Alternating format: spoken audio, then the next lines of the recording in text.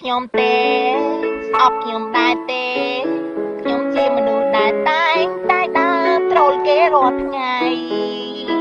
មនុស្សដែលចូលចិត្តតែចាប់កំហុសព្រោះចង់ត្ររាល់ថ្ងៃដើម្បីឲ្យខ្លាចជាអ្នកត្រលើ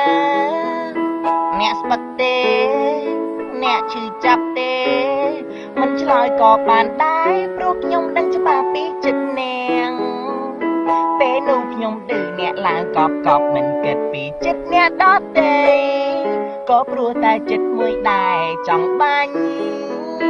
តែពេលនេះខ្ញុំក៏សម្រេចបំណងខ្ញុំខ្លាចជាត្រលើហើយសប្បាយណាស់ពេលបានត្រលគេបែបនេះតែផ្លូវតែជាផ្លូវអ្នកបាញ់អាជីព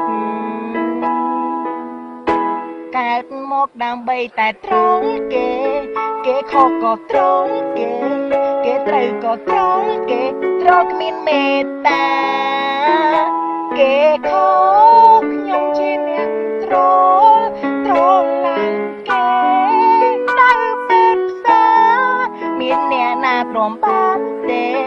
អាចធ្វើទៅរួចទេព្រមឲ្យគេបាញ់ទាំងទឹកភ្នែកឈឺផ្សាគេខឹងគេជេរដាក់បណ្ដាសាហើយនិយាយពាក្យចុងក្រោយថា